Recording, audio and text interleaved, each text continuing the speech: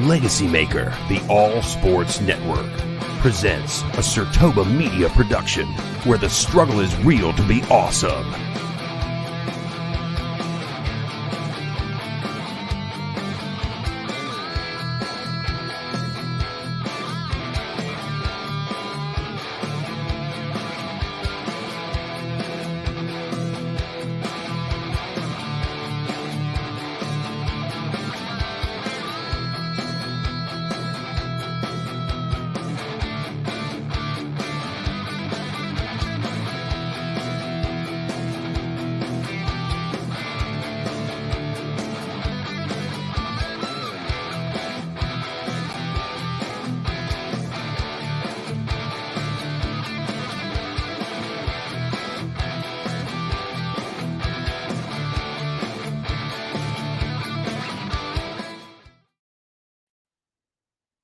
Hello, everyone. We are live for episode 55 of the In or Out Sports Debate. I'm your host, Drew Willingham, along with this week's special returning panelist for the first time since episode 18. He is Brian H. Waters. Welcome back to the show, sir. What's up, man? How you feeling? Thanks for having me. Hey, man, I'm doing great. You guys definitely have been kicking it, there in the wrestling realm, have definitely been crushing it. A lot has changed since the last time you were here or in episode 18 in the landscape of professional wrestling. So definitely looking forward to talking that over with you here this evening. Yes, Up sir. next, returning for episode 39 with the strap on his shoulder, rocking the aviators, ready to go. He is Brother Hugh Scott. Welcome back, brother. What's up? How you doing, Drew? I'm doing great, man. Those belts you guys got, they look awesome. I gotta say, you guys got. That's another thing that changed since the last time you guys were here. You got the belts too. I love it. Definitely love the look. You guys Yes, sir. pulled it off well.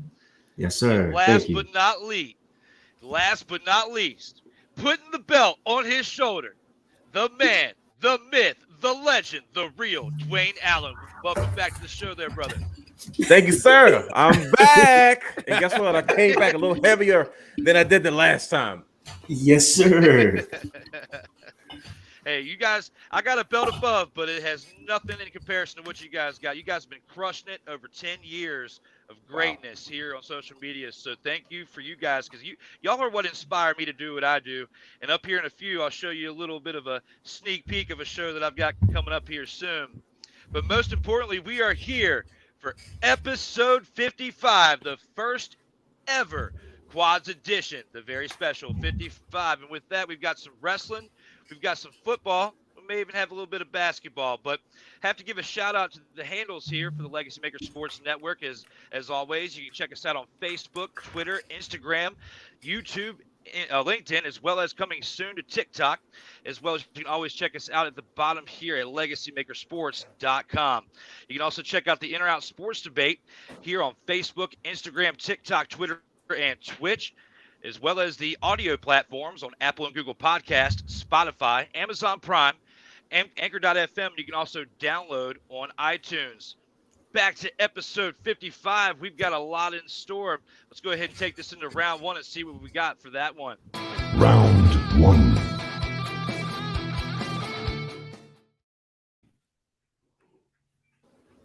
And here with round one, a very interesting character, a very interesting place, AEW. MJF's current run in AEW will solidify the landscape of his career going forward as a true main event talent. We'll start this one with you there, Brian. How do you feel about this one? Are you in or are you out on this one? I'm in.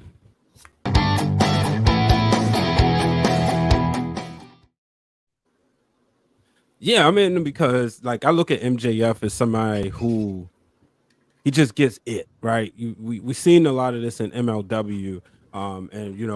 Brother Hugh and I saw this at CZW. We saw him like work those early kinks out, and to be able to be memorable and have charisma, that's the thing. Like, anybody can wrestle, right? Not anybody, but you can put on a bunch of good wrestling matches. But if you can make people remember who you are, then you're doing something. I went to the doctor's office one time, and the doctor, when I told him, like, I work in wrestling, he said, "Do you know MJF?" the fact that the doctor asked me that now, he did say that he was friends with MJF's dad, and the thing he said was, they said, "Oh, my son's the most hated person in wrestling right now," and so having that memorable, having that ability to be memorable, that carries on his characters, and I think this will solidify him. Right now we're seeing the making of a star, and I think once he gets the strap, it's just to the moon. Brother Hugh, how do you feel? You agree with him, or are you out on this one? Oh yeah, I'm in there.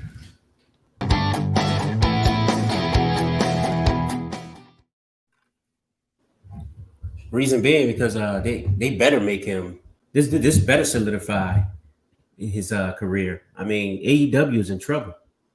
You know what I mean? So it's like that's your biggest star, and people like what happened. You lost CM Punk, you lost Adam Hangman Page. There's so much controversy going on now with your VPs and all that mess going on backstage. You need your top guy, who's always been MJF. No disrespect to Jericho and the old vets, but your top guy, the next big thing, you need him to step up and put him in that spotlight. They should have did it with Wardlow, but that's a different story. I'm pretty sure Dwayne will probably get into that.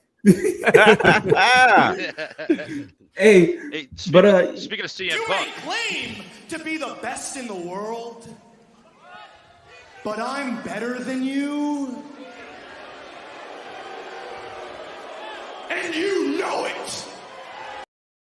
The shenanigans are back already. This is why I came back with the show. Right.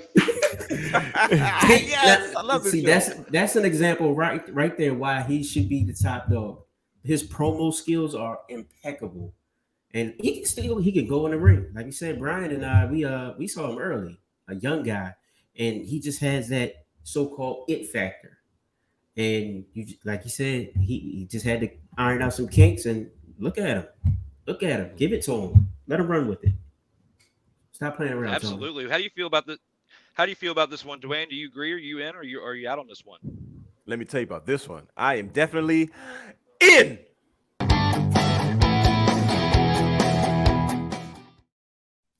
Fellas, let me tell you first and foremost, Yes, sir. MJF has all eyes on him. He's like Tupac in the 90s.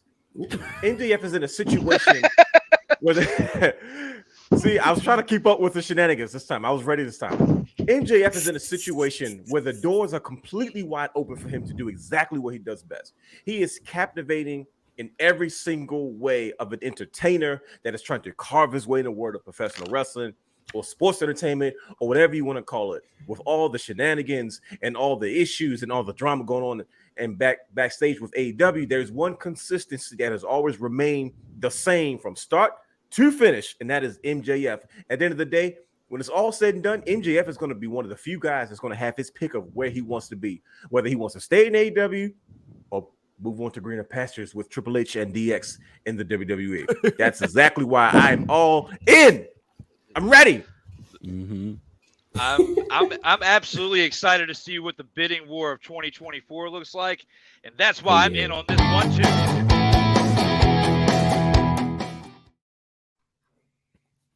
I mean, when you look at even the most recent promo, and with the one when he had with William Regal, right? And when you look at how he's come back since he was the Joker and it got the chip and what he's done, what's really been what we should have seen is another CM Punk run with him. But then we all know what happened after that show and the debacle of the hierarchy of AEW pretty much, because the higher ladder of AEW is now all in shambles for the most part. You know, Tony Khan doesn't know what's going on left and right. Who are your EVPs nowadays with everything that's going on?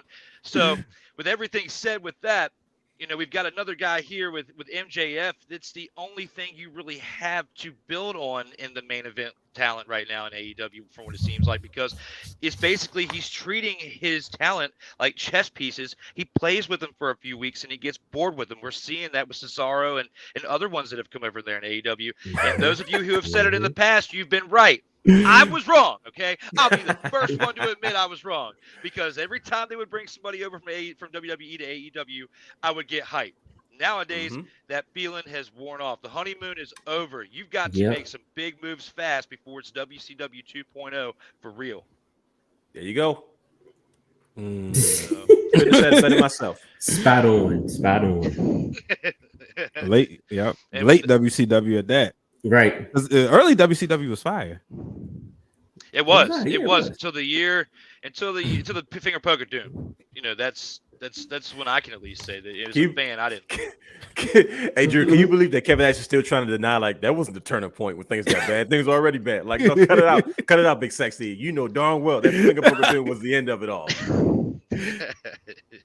And he was definitely a big cause of definitely what transpired with that. So, but with that, guys, you know, we got plenty more wrestling to talk about here, but let's go ahead and take this into round 2 and talk a little football. Round 2.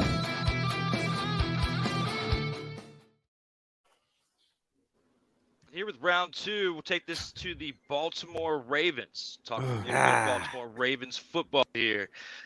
The Baltimore Ravens' subpar start to this season will affect their chances at a playoff push. This might be a tough one to discuss, but what do you think, guys? Are you in or are you out on this one when it comes to that there, brother Hugh? I'm going in. Going in.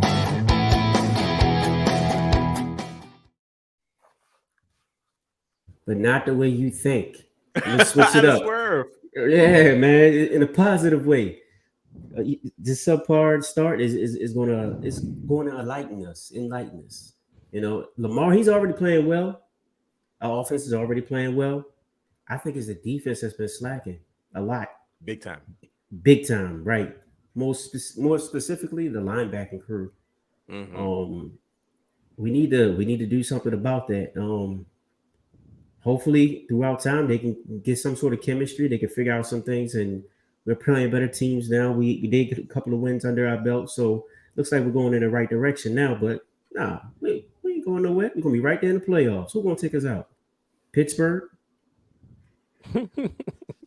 Definitely not Miami from what it looks like with everything that's been going on and the way they've been mismanaging their team over there. 3-game losing streak. Yeah, right. Exactly. And with that, picking up with that, how do you feel about that? The realist, are you going to go in or out on this one? Okay, I know you guys been waiting for this. Honestly, I'm in.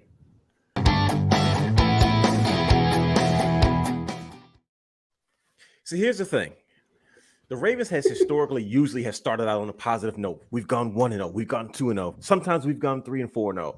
And yet it never seems to really end the way we want it to end. It doesn't end in a super exciting playoff push, and it definitely doesn't end in the Super Bowl.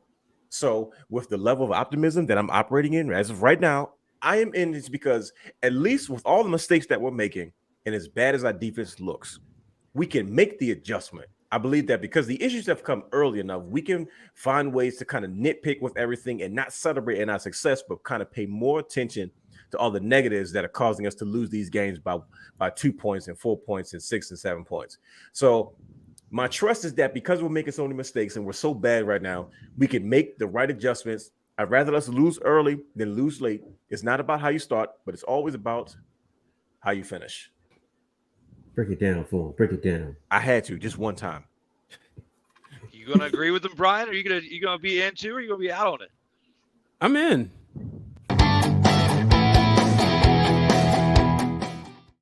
See, the realness said it best, and I think back to 2019.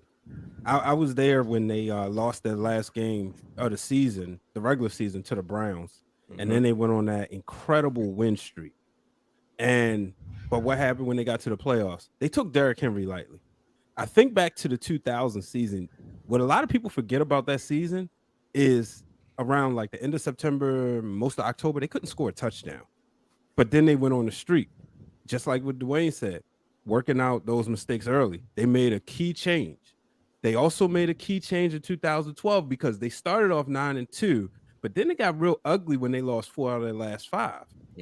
I think my prediction, we're going to see a huge crucial change, and I really think it's going to be somewhere in the offensive coordinating, but also somewhere in the defense. We're going to see a shift, and we'll be back. You know, I'm sticking. I'm a delusional sports fan. I'm a Lakers fan. I'm a Ravens fan. But guess what? I'm not getting my hopes up and stuff too much. So I'm gonna just say what I want to say, as opposed to my analytical thinking. So Ravens, Eagles, Super Bowl. Ooh. Boom. It is. 2 rounds in a row. All 4 of us agree. I'm in on this too.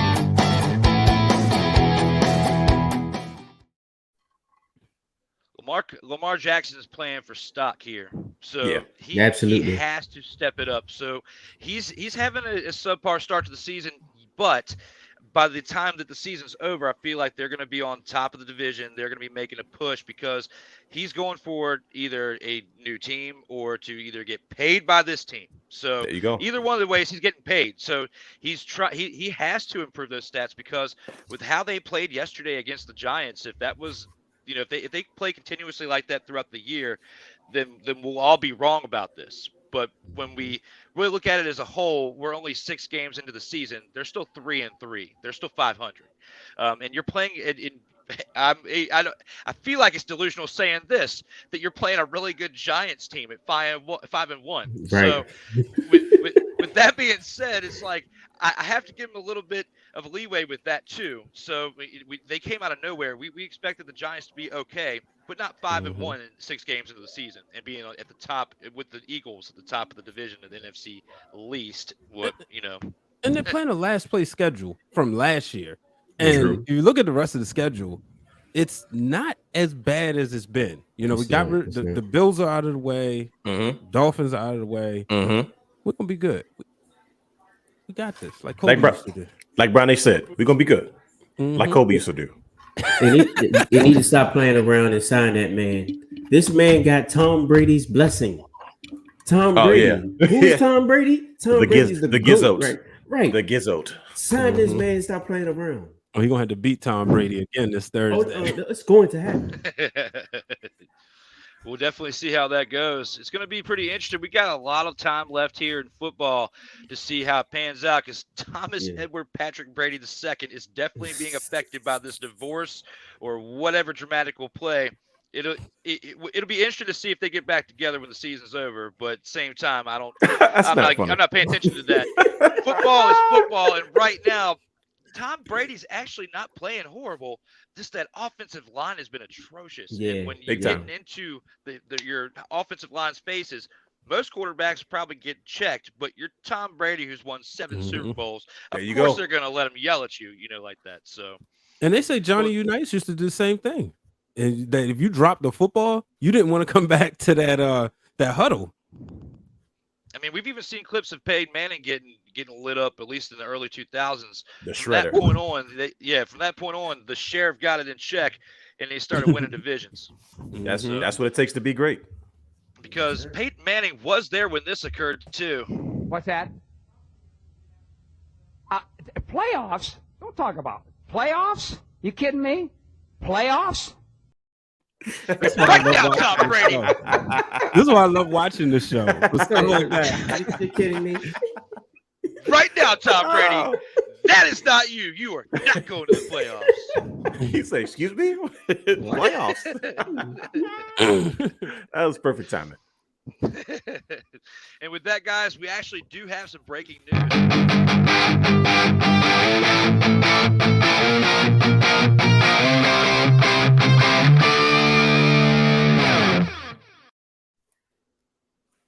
And that breaking news is this.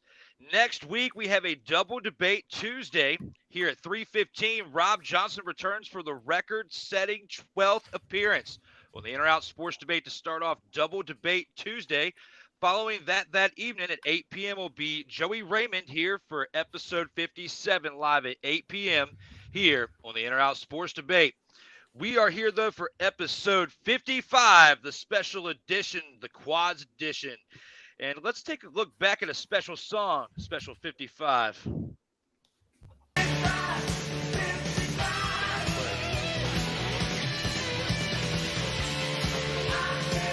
Oh, well. I was boogieing. Man. Well, I'm sorry for the false alarm, guys. Didn't play on my end. I don't know if y'all heard it or not, but Oh no, we heard it. we heard played. Oh, we got it. You just see me jamming? oh yeah. Well, all right. Well, all right. False it alarm, played. guys. Let me do that again.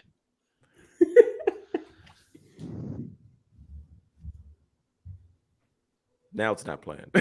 Right. Oh well, technical It's all right. difficulties. It played the first time, so it's all good. Mhm. All right, guys. I'm glad y'all got it for the little bit. That was definitely meant to be there. But with that, we've definitely gone through 2 rounds so far on the in-house sports debate. I'm looking forward to taking it back into some wrestling and talk some wrestling there with you guys. Go ahead and take Here we go. Round 3.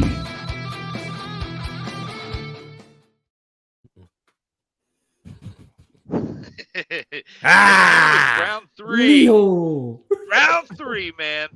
This one's definitely going to be an interesting one that from your last episodes, we've definitely been talking Oh about my this too. gosh. Delaying the father-son feud between Rey Mysterio and Dominik for a larger stage will become a major success for WWE.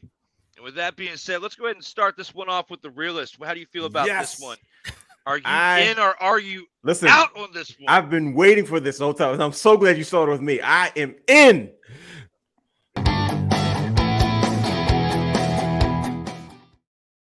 Let me explain to the rest of the world, like I had to explain to the brothers a few days ago on the show. Delaying the feud between Rey Mysterio and his son is the absolute most smartest thing they could have ever done for the Mysterio last name in general. See, what my good brothers have failed to accept at this point. Because of this, they're just for a lot of different reasons. But Rey Mysterio is a huge star. Rey Mysterio is a big brand name in the world of professional wrestling. And at the end of the day, Dominik Mysterio, in my mind, is still a developmental talent. We're talking about someone that didn't come up in the developmental system. He learned all his chops on the road. And he had one of the greatest teachers to ever teach him the game, which is his father. Now he's separated from his father, so he can learn from some other greats and some other veterans. He needs to continue to develop. He needs to continue to grow. Now, don't get me wrong. I don't think he's going to become a big star anytime soon. And I don't know if Rey's going to be around long enough for that to happen. But for them to delay this and not go to it right away is only going to, it helps to not damage Rey's legacy, and it helps to not damage Dominik Mysterio's legacy, because he's not ready to get in the ring with his father to go toe-to-toe, because everybody knows how it's going to end, and it's not going to be what we expected. But Rey Mysterio is a Hall of Fame talent, and Dominik Mysterio is on the same level as someone that's in NXT. So delaying this feud was by far the smartest thing they could have ever done. Let them go their separate ways, and we will revisit this whole thing later. Boom. It's interesting, and I really like that take that you just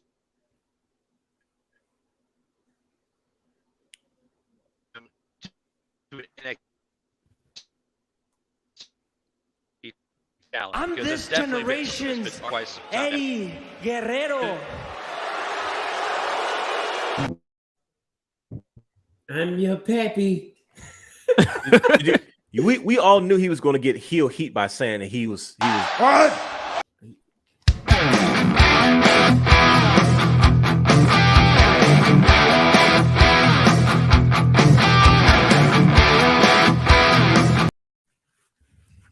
All right, are we back? Yes, sir. Yes, sir. All right. So, what I meant to say was This is fun. So there was our other rip to shenanigans, but with your comparison to Uh-oh. Okay.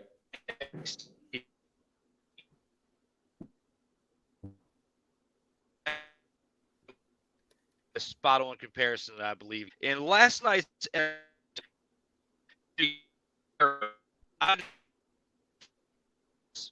it was a I'm pretty, this pretty generation's bit off. Eddie Guerrero.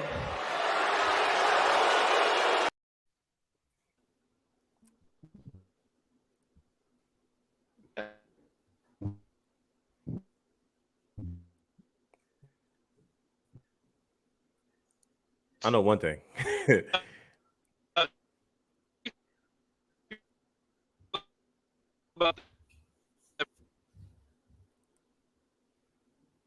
anybody hear anything Drew said? No. Mm-mm. I'll say this for people, for his fans watching. The fact that Dominik compared himself to Eddie Guerrero, he knew he was going to draw heat doing that. Yeah. I mean, come on, seriously, Eddie Guerrero. I don't care. I don't care. I don't care what. I don't care. I don't care what storyline you were involved in, and I don't care how you style your hair.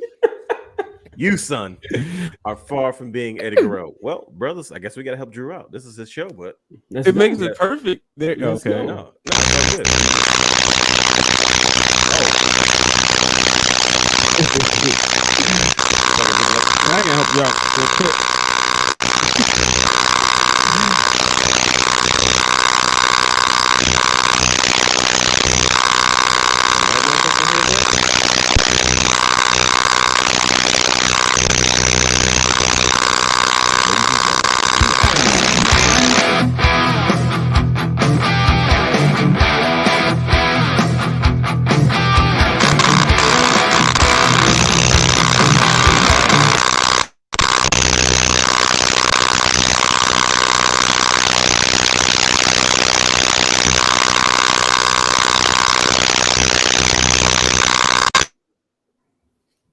Ladies and gentlemen, we are experiencing technical difficulties at the moment. Please stand by as Drew makes whatever adjustments he needs to make.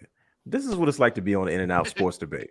This is lovely. There you go. This is It's all good. Guys, this does not ever happen. So for those of you who are watching, I've been Solomon Crow trying to take over. and we are definitely experiencing technical difficulties with using the iPad, I guess. So I mean, you know my grandmother say? My grandmother say the devil is busy. We're good. We're having a good time. We're here, brother. It's all good. Don't stress. Don't stress. You with the brotherhood. Yes, sir. I appreciate you. You're in guys good hands.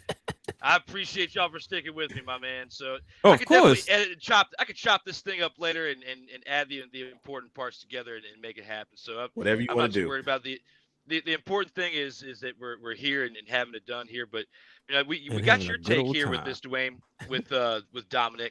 And with this, Brian, if you can take this into your equation, if you are in or out on this one, if you agree with him, are you in on this one with Dominik? Huh? To answer the question presented, I am in. Yep. I do think this would be a major success for WWE.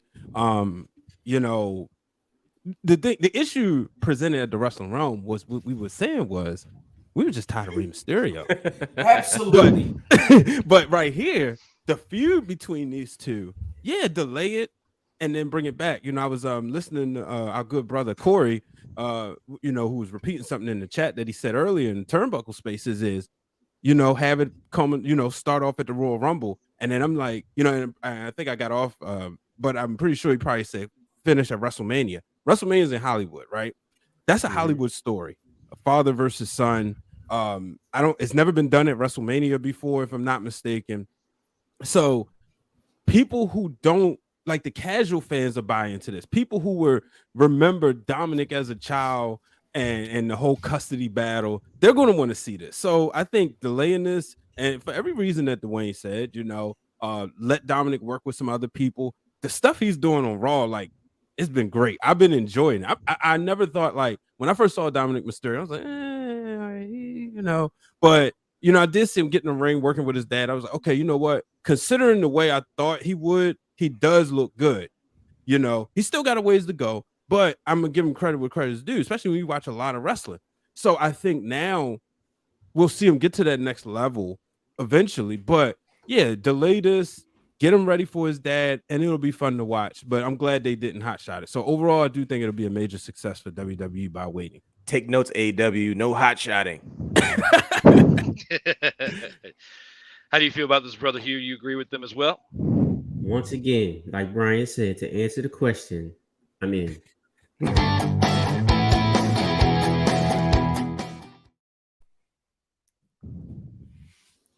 I'm just gonna be honest with you. It's so dramatic.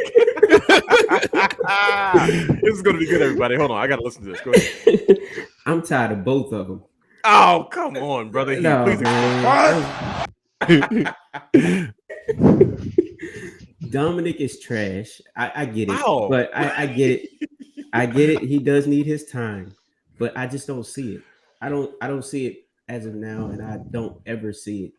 I think they're just trying to push him because of him being related to Rey Mysterio. Is he really getting pushed though, brother Hugh? He is kind of getting pushed. Like you said, he's a developmental talent. He should be NXT developing. He shouldn't have been right on the main roster. You know what I'm saying? Like, but I get it. I get it from the story was too good to the pass storylines. Right, I get it. But I just he and Rhea go together. I just never cared for him. Or now I'm just tired of Rey Mysterio. Like I'm just tired of seeing him. I've been tired of seeing him for a while. But it does make sense to revitalize his career. Yeah, the way they're doing it, and yes, this will be a big success for every point, every reason that y'all brought to the table already. Like, who wants to see Rey Mysterio go against a jobber? Oh, God. I'm being real. I'm being real. Right. Who wants to see that? Let them develop. Let them build this storyline. They're doing it the correct way. Separate them. And by time, look, he's getting his heat. He's finding himself. He is getting better. I'll give him that. So by the time you this feud comes together, it's going to be great. It's going to be great. So I will give you that. I'm just tired of seeing him. 3 rounds in a row. We all agree.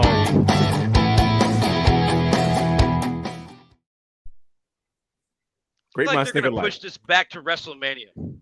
I feel like if WrestleMania is like you're going to be a higher stage to put it, and they're probably going to put it in the mid card, but they're going to put it on a higher stage because hey, you'll have more fans in the background. It'd be a better way to send Rey Mysterio off. I feel like that's where they're going with this. They're going to give him some time to go against some other talent that they're going to try to have a push for them too. So he's going to try to put them over on SmackDown, give Dominik some time to, piss the fans off like he did last night and get booed out of the building, with what he said about being this generation's Eddie Guerrero, which is definitely not the case. So That was the greatest that line. was definitely funny. Yeah. And before the technical difficulties occurred again, that's what I was trying to do earlier was play that clip, but I'm not even going to try to play it again after everything that ensued after all of that. So thank you guys for sticking with me. Terrible. For those of you who are watching, thank you for sticking with us as well. Because it was If it terrible. make you feel any That's better, why. we heard it. Yeah, the clip played. It's just the stuff that came afterwards. It's just, Yeah, so if it make you feel better, we heard it twice. It was like the Fiend came in and like that editing, like it was pursued, listen. like on the screen. I thought the light was going to go black. I thought we were going to see a mask. I said, "Oh, here comes this white rabbit." Another investigation. Oh, howdy. Not quite. Not quite, but we do have some comments from the fans. We can go ahead and check out what they got to say.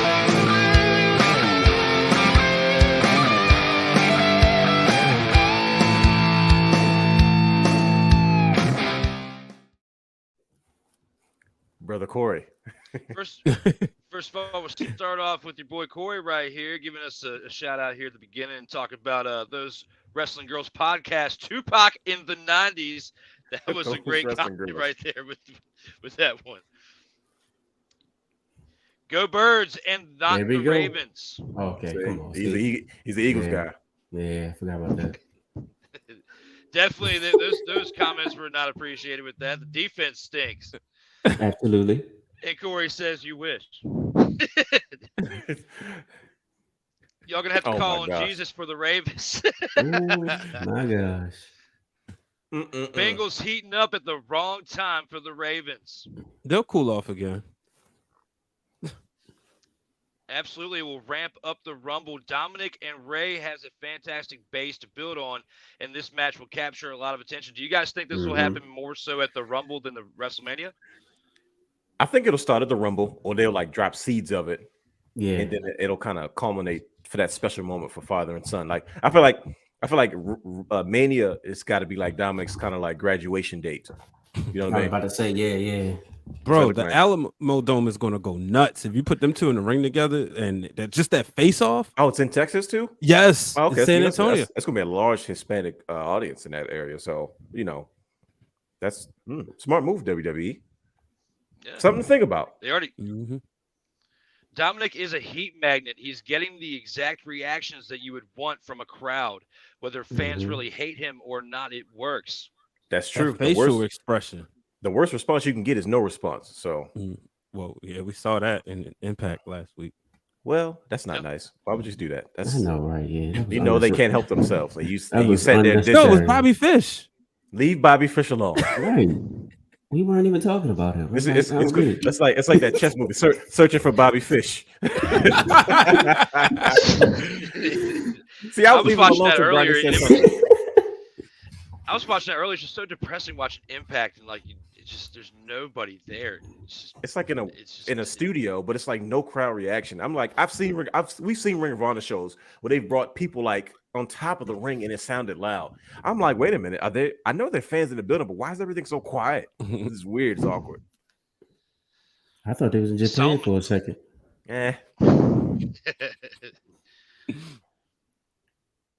And Michael Bish says, "Go Birds." Mike. What is he talking about? I knew it. Oh, he's an Eagles fan. That's what I figured. Yeah. Michael Bish of the LegacyMaker Sports Network. Thank you guys for the comments here at the midway point of the show. We've got a very interesting one here for round 4 where we take it into the by the numbers segment and talk about with episode 55 what we got. Round 4.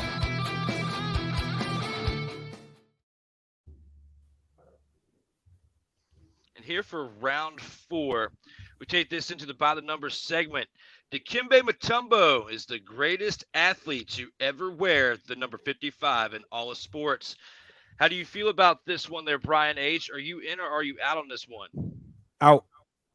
What? Ooh. Wow. He's out. Okay.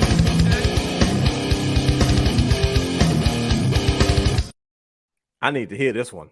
I love Dikembe Mutumbo. But there was a legend from San Diego. Well, he played for the San Diego Chargers, and his name was Junior Seau. I knew you were gonna say that. I knew. First you of were all, gonna say Junior Seau. first when I remember, like when you go to the book fair and you get the books, they taught. That's why I learned how to pronounce his name through them. Take it back to the 90s. Shout out to Scholastic Book Fairs. Scholastic Book Fair.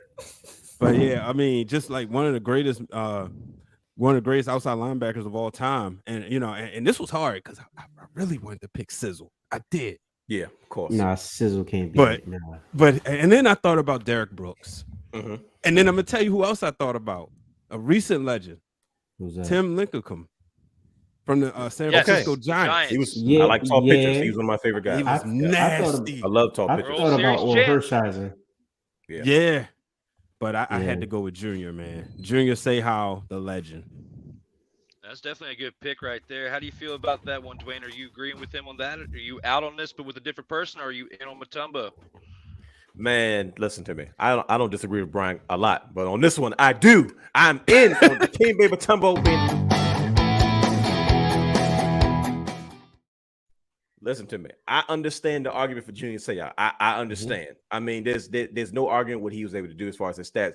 But when you look at the individual stats in the success of Dikembe Mutumbo, when you just look at and you just line up the stats, I'm like, man, he just did more in the span of time that he had. We look at accomplishments, winning, longevity of the game, impact on the court, impact off the court, what he's done in the United States, what he's done in his home country. Like when you look, to me, that's just what embodies what a superstar is. When you talk about one of the greats, when you can be great in your sport, outside of your sport, in philanthropy, and so many different areas, on top of like you were an all-star, world-renowned sports athlete. He had a great accent. He had a lot of branding things that he did that, you would know Mutombo about a lot of different things. And it's just like, don't get me wrong, it was a close race between him and Junior Seau, and it came down to the accomplishments. And I just felt like that Dikembe Mutumbo probably accomplished more individually, more than Junior Seau. So that's kind of why he edged it out for me. I looked at a list previously and he had him as number 3. I said that's got to be wrong, but that's exactly why. Saw that? I saw that list too. I was like, wait a minute, why is he at number 3? But it was his accomplishments that put him over the top for me. But don't get me wrong, Junior Seau was a bad mother. Shut your mouth. He was. He certainly was. He was one of the faces of football defense, big time. Yeah, football. Yeah. So I mean, his ending was definitely sad because I liked Big watching time, him play too. And he had a chance there with the Patriots to get a ring at the end there too. And he was still an impact player now. He was. Even at the very end of his career, he still made a huge impact. That's hard to do. Yeah, at that position too. Yep. So in that era, and how it was, the game of football is pussified now compared to what it was. So when you put it all into perspective, he played in a much harder era for him to be able to do what he did at a later stage in his career. That's and with all true. that said, Brother Hugh, do you agree with that one? Are I'm you in or are you out on this one? He's in. I'm in there like so.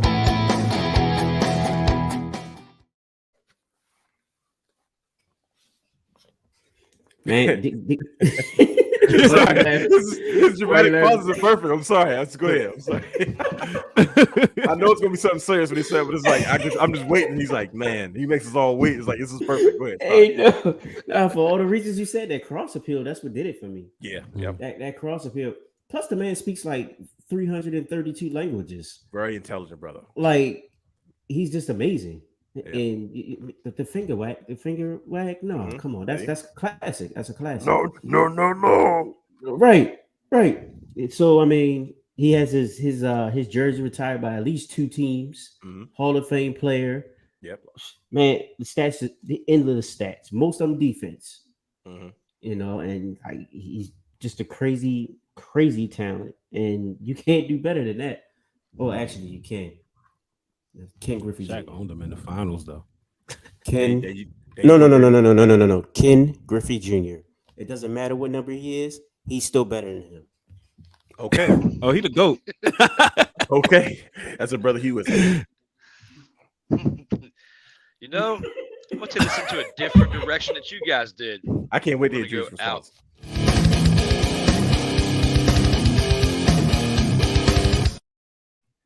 I'm curious, Drew. There's a name that you guys didn't even mention that I'm surprised you didn't. T Sizzle, man. I'm giving it to T Sizzle as the best to wear 55. 2-time Super Bowl champion with the Ravens. I'm surprised you guys didn't pick on T Sizzle. I wanted to. I saw the stats and I was like, nah. I wanted to, but I was like, You don't line up. Am I being biased or am I being realistic? If you take Suggs and Ray Lewis and Ed Reed, and the 3 of them, they're like the biggest trio on a defense, in my opinion, at least in the top 3 of defenses of all time. If you compare it to trios that were a major impact to a defense, that were the core of the defense. And with him having a 2-time Super Bowl champ, two rings on his hand, with that, I have to give it to him, even though I really love Junior Seau and I really wanted to go there. I have to give it to Suggs because he had a lengthy career too.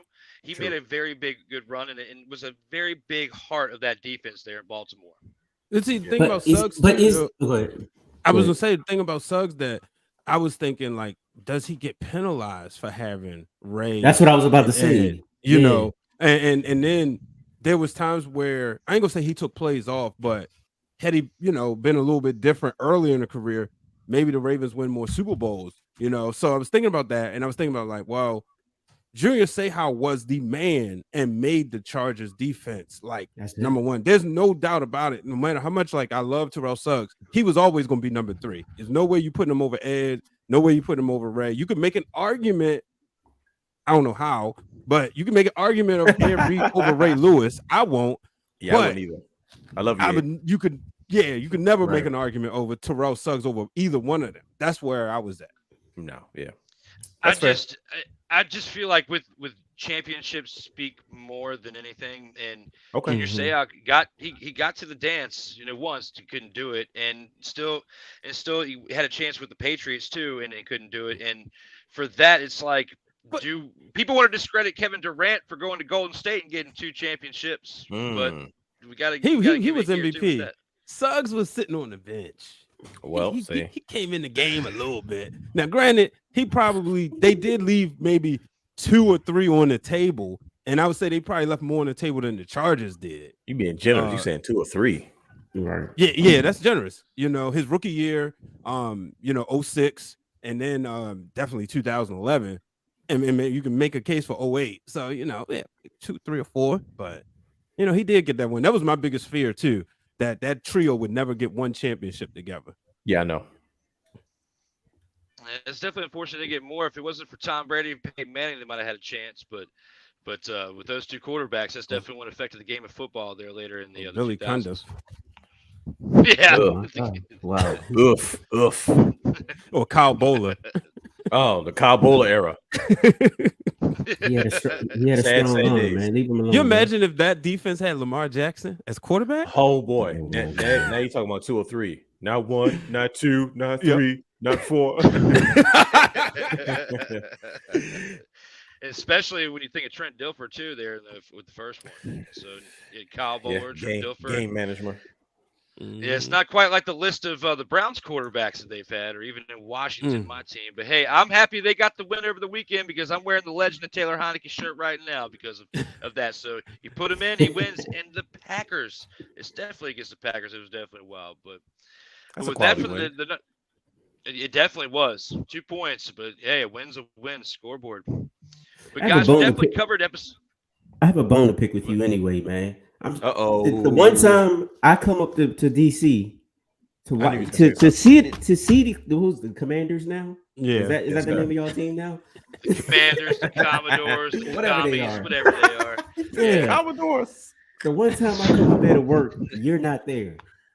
What's up with that, man? I was actually a best man in a wedding this past weekend. So Okay, all right, Come on now. cool. I'll let you slide. it was a wild time. It was hours away from my house, and it could be all of that last minute planning for it could be something that's lighting me up right now. I don't know, but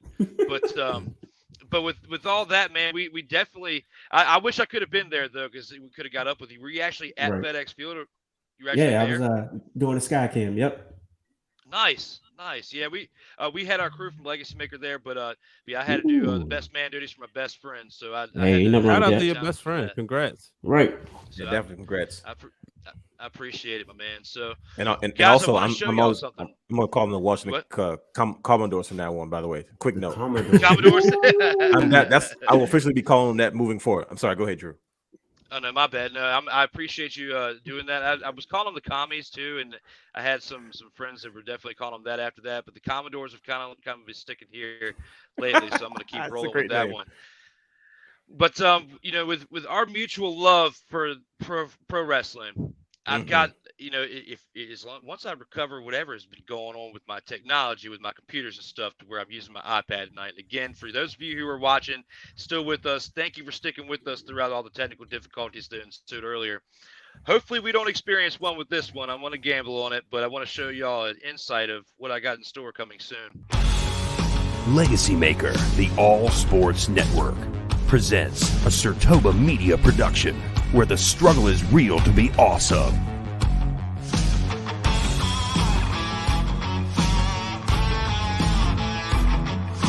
Acknowledge me.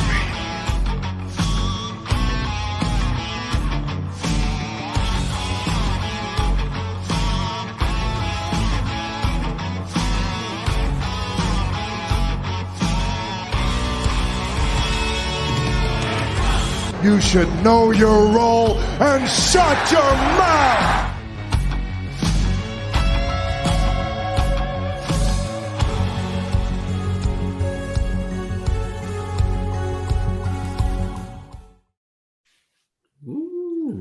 Uh-oh, what do we have here? I know, right? Uh-oh. Kayfabe Express. Hop on board at Kayfabe Express. We'll talk a little bit of pro wrestling. So, yes, but gonna be just a little bit of a weekly show or whatnot. I have a few guys who's in the business or whatnot that I want to interview or whatnot. So it's kind of like a one-on-one show in a way. Nothing anywhere close to shenanigans of the in-or-out sports debate. It's going to be a little bit more Q&A, a little bit more one-on-one.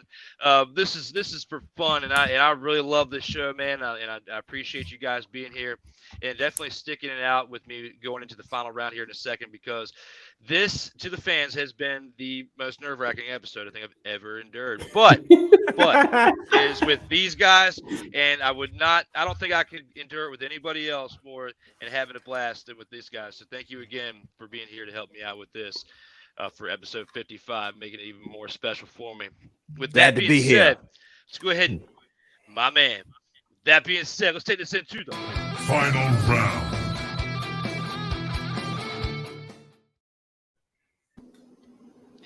Final round, we have talking about earlier came up. It's time for WWE legend Edge to retire as a result of his character growing stale. How do you guys feel about this one when it comes to this? We'll go ahead and start this off with Brother Hugh on this one. Do you agree with this one? Are you in or are you out on this one? I'm in. So disrespectful.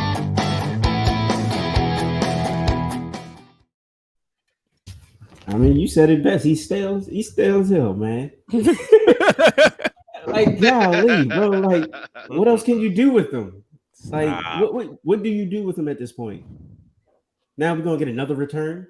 This is like his 79th return within like a year or two. Like okay, all right, man, we get it. You like to leave and make returns. Okay. Hey, all right. All right, I was done after the second one. Like, okay.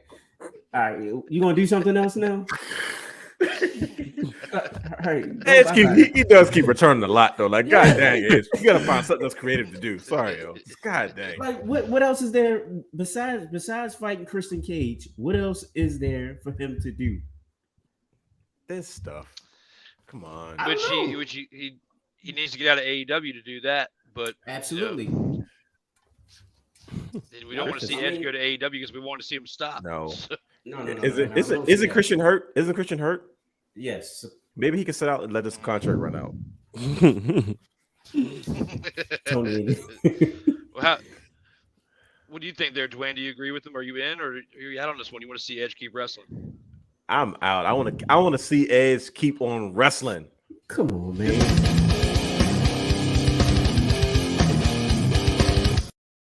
Listen, I'll say this though: the comment brother Hugh made about the return, I almost changed my answer. I thought about it. I said, you know what? He does keep leaving and returning a lot. Here's what I'll say. I'm not over Edge returning. I just think that he needs to find something more creative to do in between his gaps where he takes his time off. That's all I'm saying. I don't think Edge is growing stale because he's Edge. I just think that Edge is like he's turned into a one-trick pony, and he's better than that. So it's like I'm not giving up on Edge, but we got to do something to continue to make Edge feel special. Like, we know you have your bucket list of guys you want to work with, but he does the same thing over and over again. He gets beat up. He gets written off TV, dramatic faces. He does that well, but then he's rinsed and repeat that same formula like 5 or 6 times now. Exactly. And I think that's what's kind of making people like, hey, okay, like Brother Hugh's right though. What's he going to do now? He gets written off TV and then he returns. How many pops do you need? It's just going. They're getting smaller and smaller. I just think I love Edge, man. Like, but yeah, it's old now. You have a point, Brother Hugh. I'm not like, don't get me wrong, because I was like, you know what, Brother Hugh has a point. He does keep returning, and then he does these build-ups and these vignettes, and it's just for him to show up. It's like it doesn't lead to anything. But I just think they need to find a new and a more creative way to keep Edge special and exciting in between his gaps of when he takes his time off, because we know he's a part-timer. So I mean, but I'm not just going to give up on Edge and say he should retire. No, we just got to be more creative. And stop returning. He just keeps returning Brian? The same way. What do you think, Brian? Man. You think Edge just stick around and you out? You agree with him, or do you agree with Brother Hugh? Or are you in on this one? I'm gonna say I'm out. All right.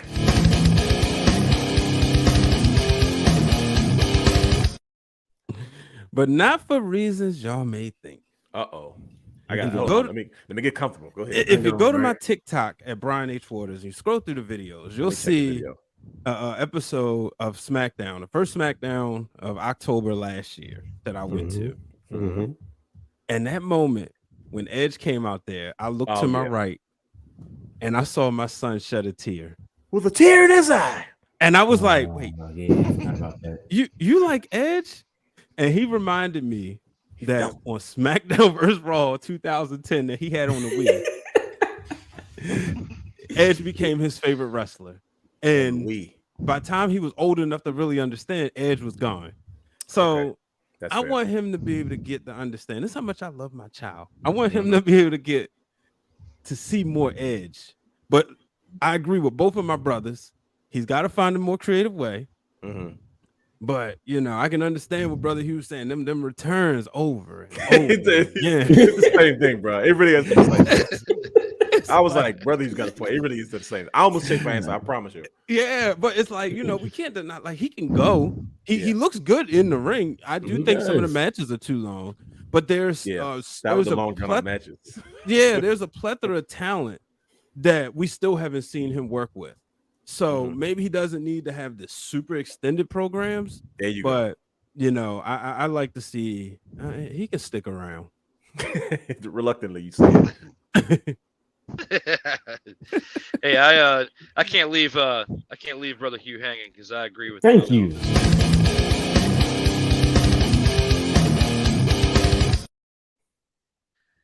if his neck was so bad before, you're definitely throwing yourself to the wolves when you just keep going out there, man. Like, and you're not what you were at one point when you came back and you were at WrestleMania, and you won the Royal Rumble and you went to that main event. That was like the height of what, in my opinion, from what we've seen since you've been back. From that point forward, you did make Dominik Mysterio look a little bit less than a jobber from what y'all were saying earlier, given, throwing shade on Dominik saying he was a jobber, okay? He didn't look quite like a jobber when he wrestled Edge, so I give you that, okay? But if Dominik's such a jobber and you make him look not like a jobber, then come on. Like, it's time to hang up the boots. Come on, Drew. With that, I'm sorry. I'm Edge, sorry. no. I don't want you to be feeble in your older age. I want you to get some rest, man. Hang them up. You proved enough. Just retire. You're already a Hall of Famer. You can't do it twice. It's double jeopardy. Right. You said like Randy Orton. Go home to your wife and the kids. Go home to Beth.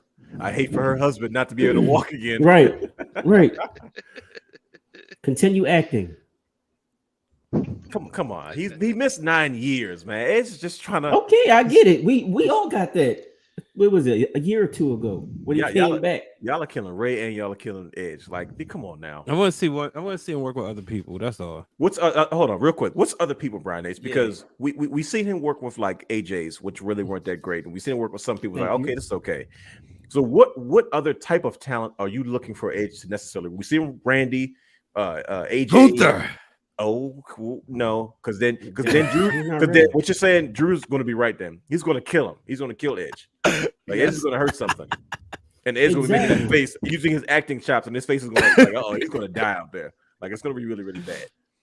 He'd be better off experiencing this than that. Yeah! That's just terrible.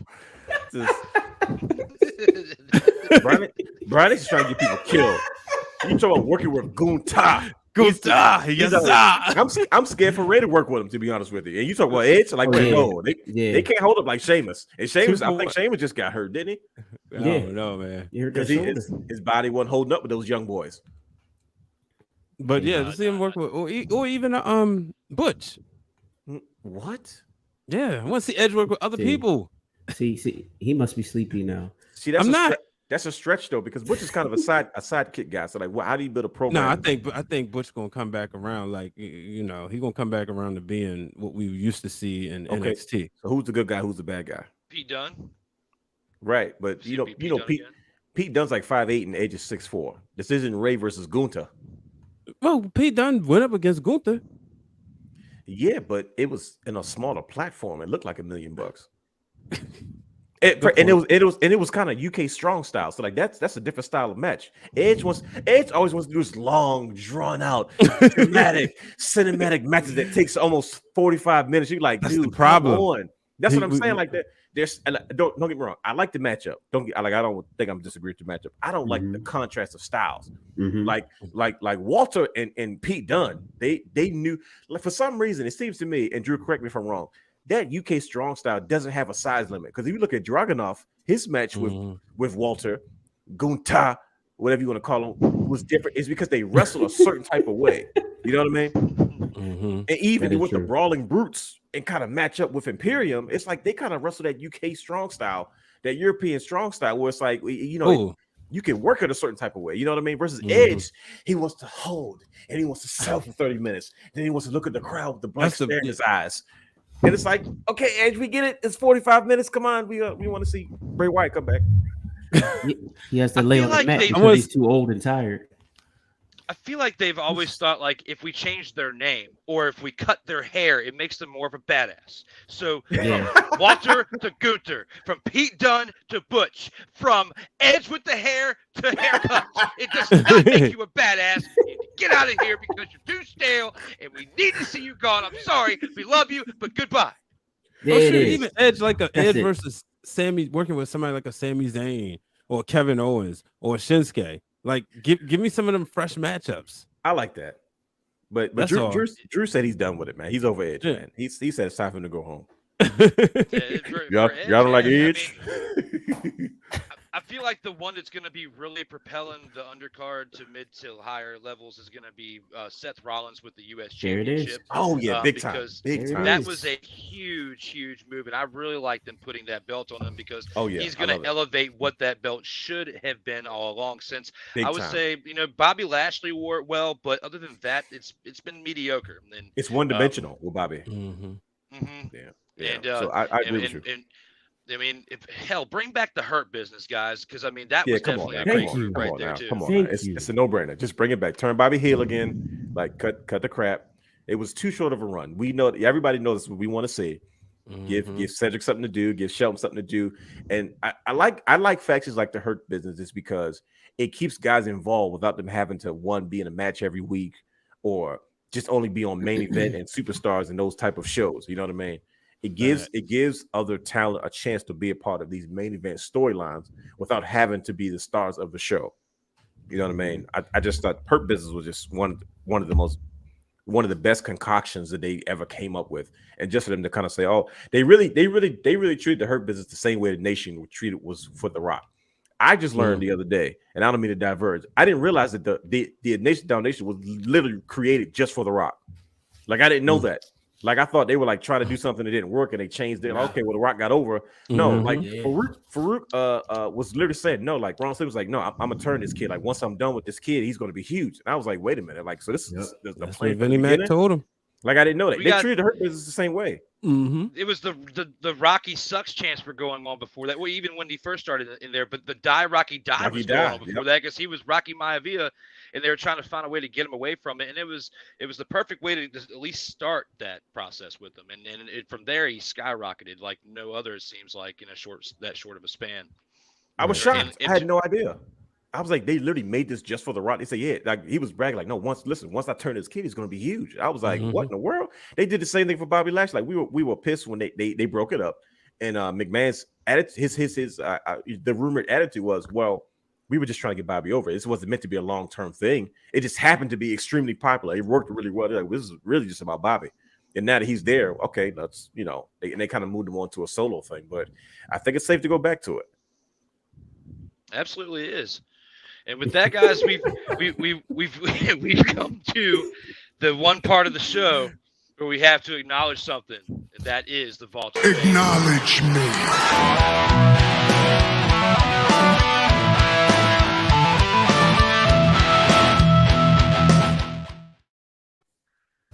That's right. We have made it. The show didn't disappear from the interwebs. We have finally made it to the Vault of Fame session of episode 55. And with that, we have to acknowledge the fact that the Wrestling Realm are now here for the second time. The Wrestling Realm are two-time Vault of Fame inductees. And here are the leaderboards right here. As you can see, Rob Johnson at the top there with 11 episodes. Up next, you can see with episode 56 here next week on Tuesday, as well as 57 for the Double Debate Tuesday. But most importantly, we have been here for episode 55 this evening. I'd definitely like to thank you guys for spending the time here with me. We said it was going to be shenanigans. It was definitely full of shenanigans. Yes, it was. Some pre-planned, some on the fly, and some I don't even know what to explain. So, but with that, the Wrestling Realm, you guys have definitely represented it well, and I couldn't have asked for a better group to be here for the first ever Quads edition to deal with the things that we had to encounter for that episode. We do have one thing left to go through, and that is the final word here on the In or Out Sports Debate.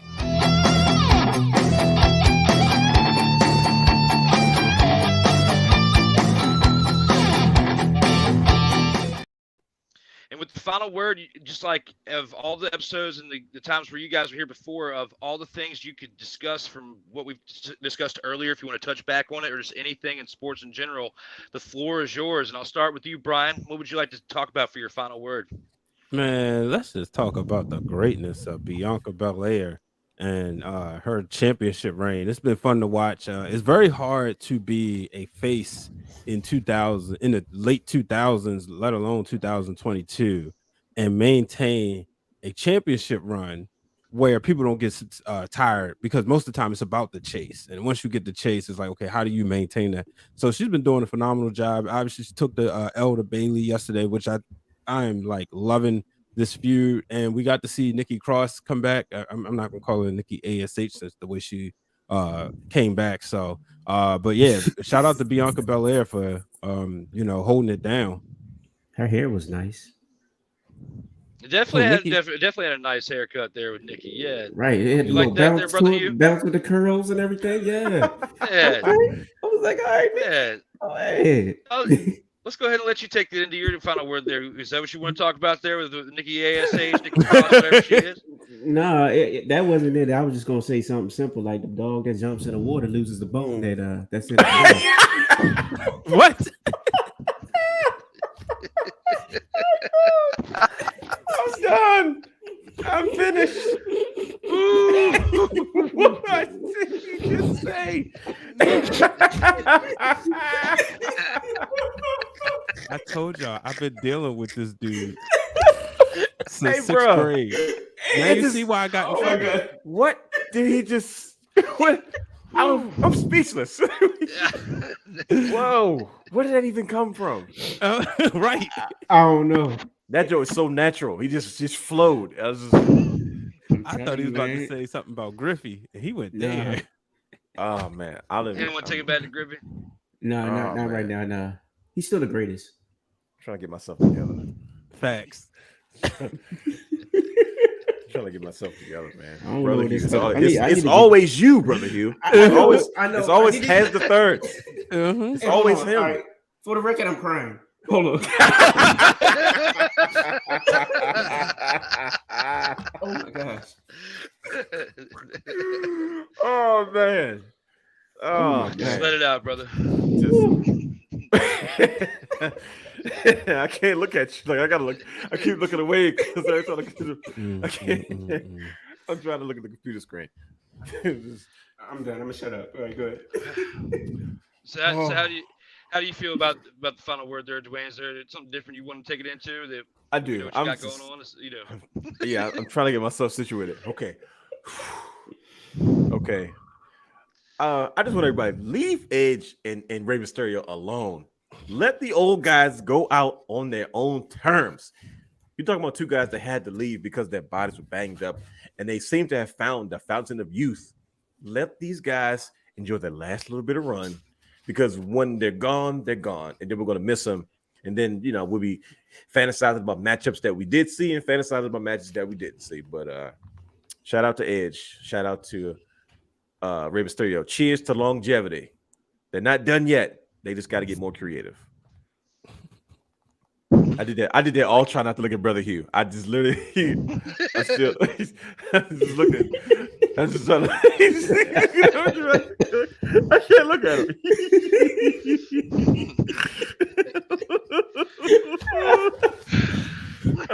My final word, I'm going to go ahead and Drew. take it to back to round 4. I'm just going to take my hat off and just say I was wrong about my pick. And I will just say that Junior Seau was the better one to the pick, and just take my hat off to that and go with that for my final word. I was proven wrong. Because when I think about it, and you brought the point with him being on the bench and all that stuff, and you think about the type of quarterback play, I'm just thinking of it all in a whole. Junior Seau was way better than Terrell Suggs. I don't know what I was thinking. Oh, we ain't had to say way better. Listen, I appreciate the love for the Baltimore guy, though. Listen, it's not like what you said was wrong. It was very good points, but that is true. But Junior Seau was like It's not. I think it's harder for defensive players to be like the face of football sometimes, and when you are, like, you know what I mean, like when you in the sports world, you knew who the heck Junior Seau was. Can you name anybody else that was like a part of that San Diego Chargers team at that time? I mean, yeah, that's like you can only name like one or two players. The first one, but one of the first ones is always going to be Junior Seau. Sure. Their quarterback, I think, when they went to the Super Bowl in '94, when he was there, I think it was Stan Humphries. Stan Humphries. See? Okay. Yep. Because that was from because he was from from Washington, because he was there for a little bit, and I can't remember anybody else, because I remember that was when they went. Yeah, that was when they played against the 49ers, if I remember right. Yep. Super Bowl 29. Exactly. Mm-hmm. So, but yeah, man, he's definitely had a lengthy career. It was great. You know, we touched base on Seau and the greats that have wore 55. For this special episode with 55, definitely an interesting one from start to finish. Definitely started a little bit later than anticipated, and I apologize to you guys again for that. That if I gotta go buy a new computer soon, I'll go do it because I was not expecting what happened to happen this evening. But happens to the best of us. I will definitely be much more prepared by the next time we have the second Quads edition, my guys. So, but you guys were true professionals. You definitely stuck it in with me.